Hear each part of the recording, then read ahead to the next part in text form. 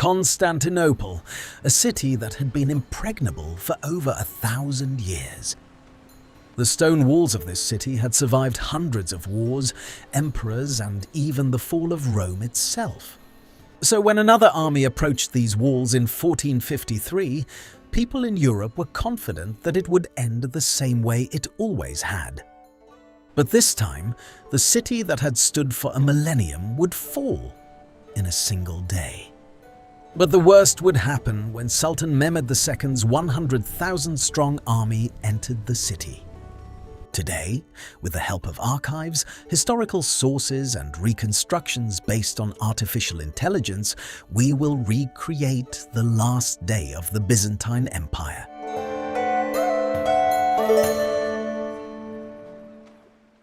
The year is 1453.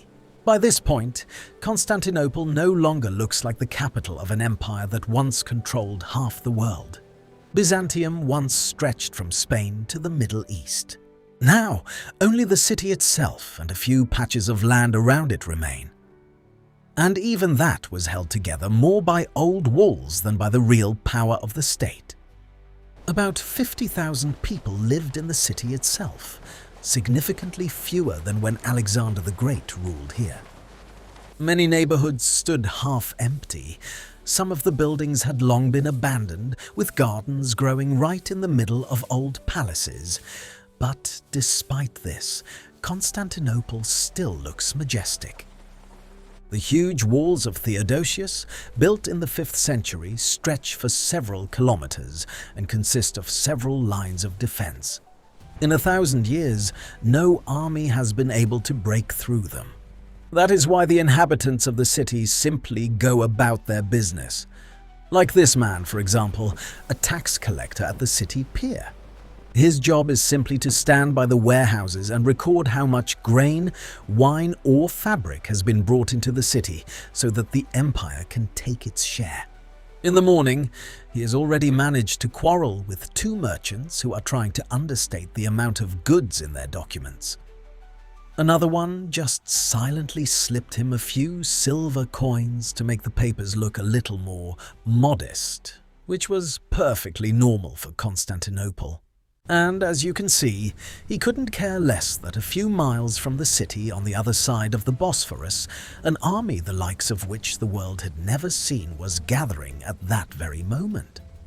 The Ottoman Sultan Mehmed II, nicknamed the Conqueror, had only recently celebrated his 21st birthday, and now this guy, along with 100,000 soldiers, had decided that Constantinople should become the capital of his empire.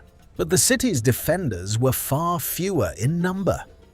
Constantinople had about 7,000 defenders. Some of them were Byzantine soldiers. Some were mercenaries and volunteers from Italy.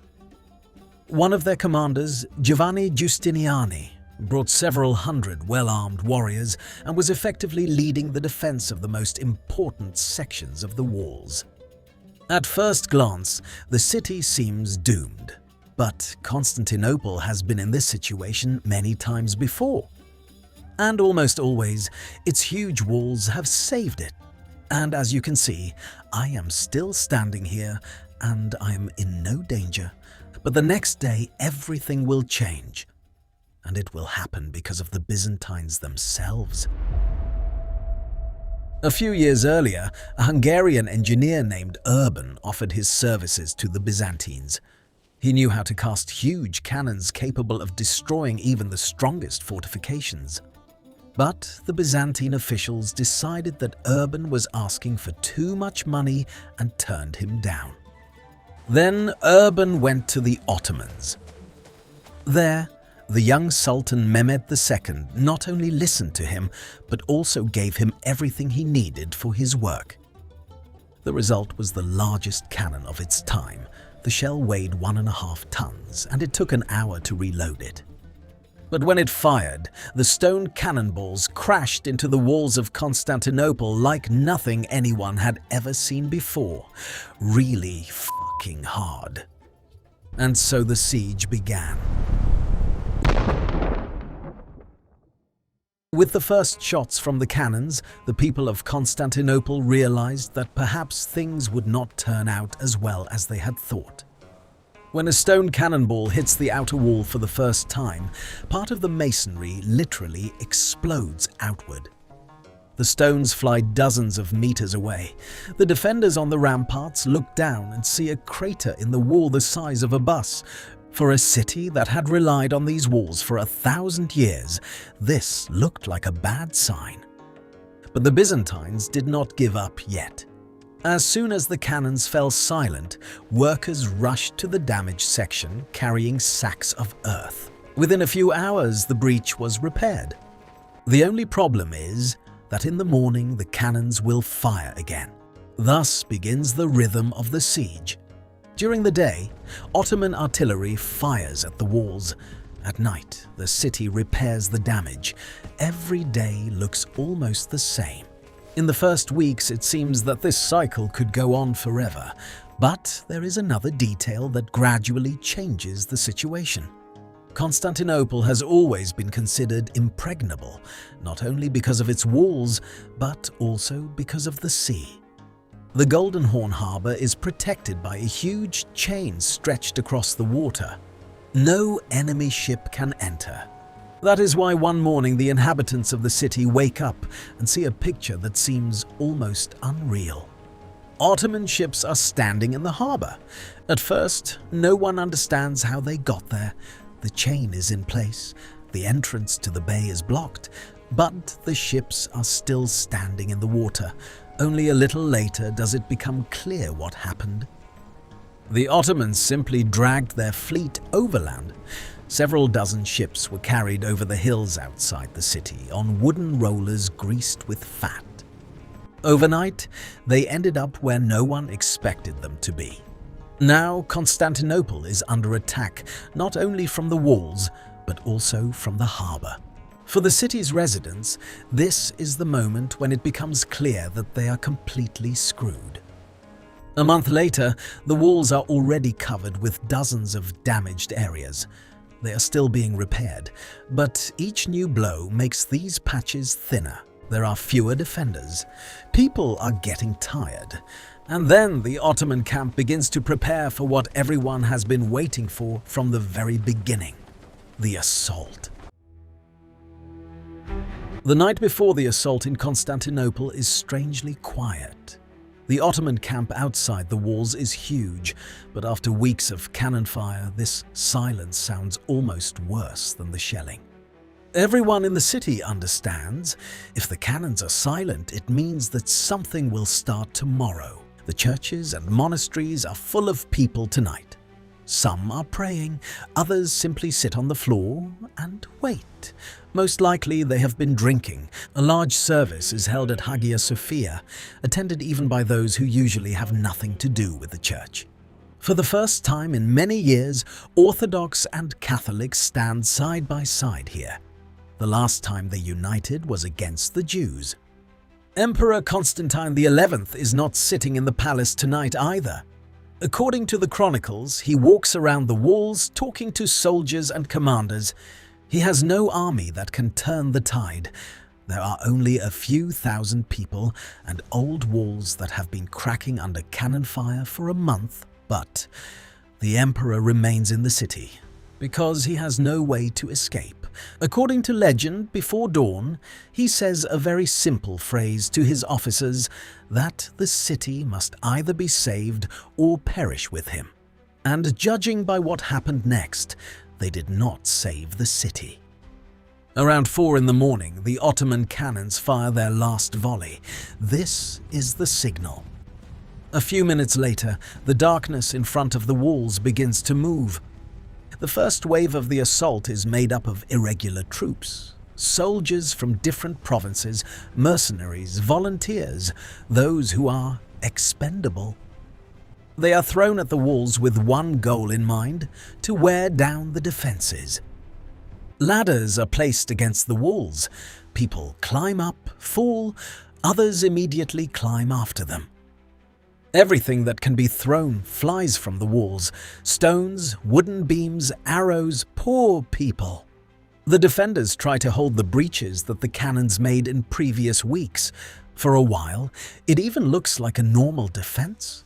The first wave is repelled, then the second. The Ottomans retreat, leaving hundreds of bodies under the walls. But the problem is that the Ottoman army can afford to lose hundreds of people, while Constantinople cannot. When the third attack begins, the Sultan's elite troops enter the battle.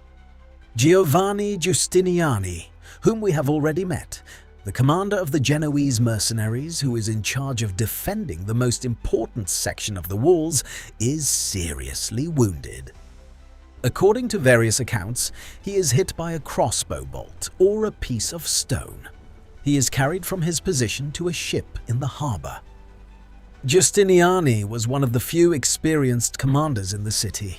When the soldiers see him being carried away from the battlefield, panic begins to spread along the walls. People begin to think that the defense has already been broken. At the same time, the Ottomans manage to break through in one of the places near the gate of Saint-Romain.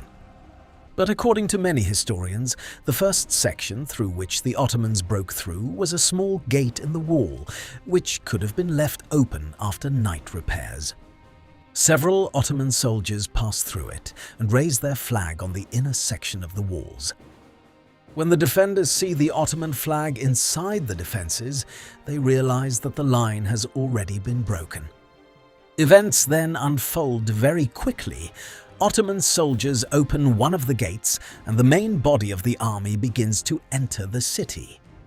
At this moment, Emperor Constantine XI removes his imperial insignia. According to eyewitnesses, he goes into battle with the soldiers at the breach in the wall. After that, no one sees him again.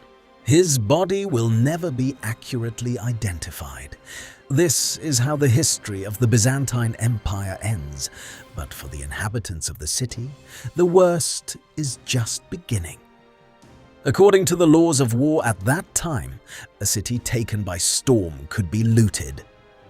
Ottoman soldiers spread out through the streets. Fires, looting, and manhunts begin. Thousands of residents flee to Hagia Sophia, the largest building in the city. A huge crowd gathered inside. People thought that the temple could be a refuge, but they did not take into account one small detail. They were attacked by people of a completely different faith. When the Ottomans found this crowd, they simply broke down the doors. Some of the people were killed, some were taken into slavery. For the 15th century, this does not seem unusual. This was the case in almost every city that was stormed. A few hours after the breakthrough, Sultan Mehmed II enters the city. He is only 21 years old. He approaches Hagia Sophia, goes inside, and orders the temple to be converted into a mosque. The largest temple in the Christian world comes under the rule of the Ottoman Empire. This is how the history of a state that existed for more than 1,000 years ends. And the history of the city we know today as Istanbul begins.